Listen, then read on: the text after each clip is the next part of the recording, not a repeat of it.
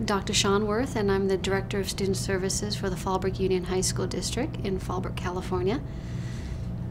So tell me about your personal experiences with military-dependent students.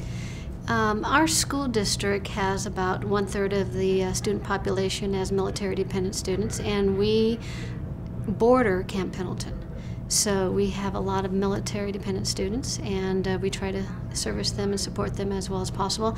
I am also the principal of Oasis High School, other duties as assigned, and that is an independent study high school, which also serves military-dependent students. And can you tell me a little bit about independent study schools and how they work? It's an independent study format. Typically, students will come into the high school once a week for an appointment with their teacher, and then they take their assignments home and work on them independently. They can also go to the school for support with a tutor at any time or with their teacher. We actually Skype students, or they can get assistance through phone calls or come in any time that they want to. So it has nice flexibility for the student. Good, and a good environment to work also more one-on-one with military students. It is, and our high school, Oasis High School, which is interesting, is a WASC accredited institution, fairly new, 2 years ago, and we've had our courses approved through the NCAA for any future athletes, and we're also in the process of having our courses approved through the UC system, the University of California system, and the California State University system, to have the A through G requirements approved, which a lot of people don't know. That's a process with any new WASC accredited school, so that students can then enter a 4-year university. But what's interesting with an independent study high school is the military will not accept our diploma, which is a huge problem because they haven't changed with the times, and this is one of my biggest concerns, is that we just recently had a young man who really wanted to be in the Air Force. They actually came out and visited the school and asked about our curriculum, and because he was an independent study student, they would not accept him in the military.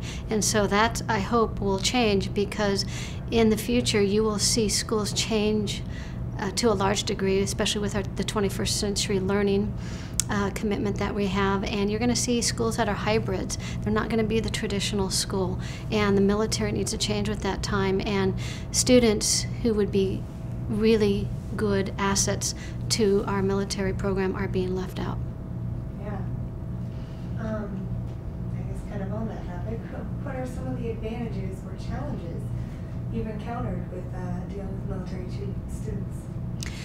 The advantages, I think, oftentimes is many of the students have become very resilient, and so they are very successful students and can be leaders on our campus.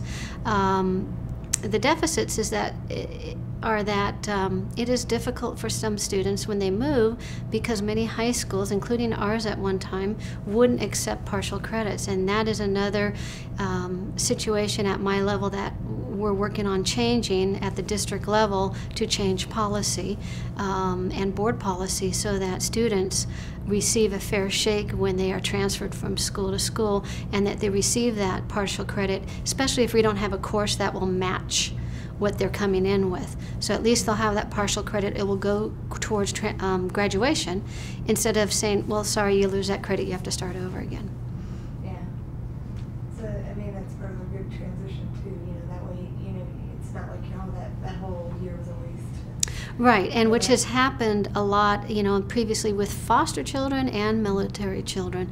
And again, I've have worked with the staff at the school and at the district level and with the Board of Trustees, helping with policy change, and then also working with the counselors and the administrators at the school site to help them understand the needs of the military students, and to work with them, and to not necessarily make exceptions, but change the way we've been doing things in the past.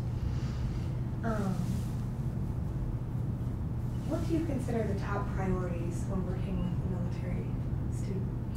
Helping each student be successful. And with that comes, we have a program, Response to Intervention, and some of the military students need it, some of them don't.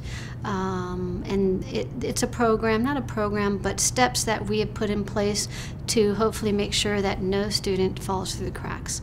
We have one large comprehensive high school, 2,700 students, as well as the Independent Study High School and one continuation high school with 140 students. The Independent Study School has 90 students, and we just want to make sure that all students are successful, graduate from high school, and then can move on to a career or college, whatever they want to do. So we're going to try to do everything we can to help them with those goals. How do you think the public education has responded to the needs of military-dependent students? I think in the past, and even currently, not well at all.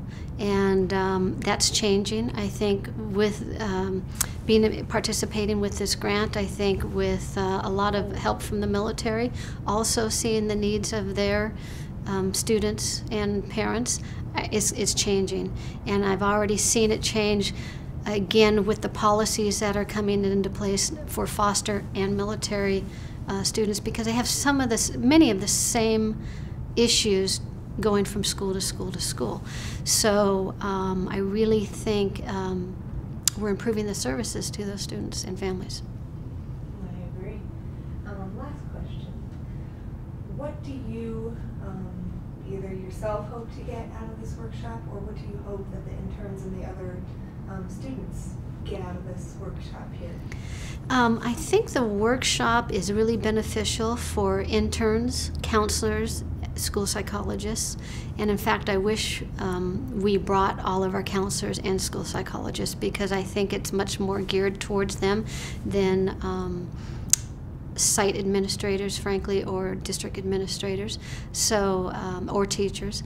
But I would like to have them have that information so they can help counsel students and families, and so that they're all successful.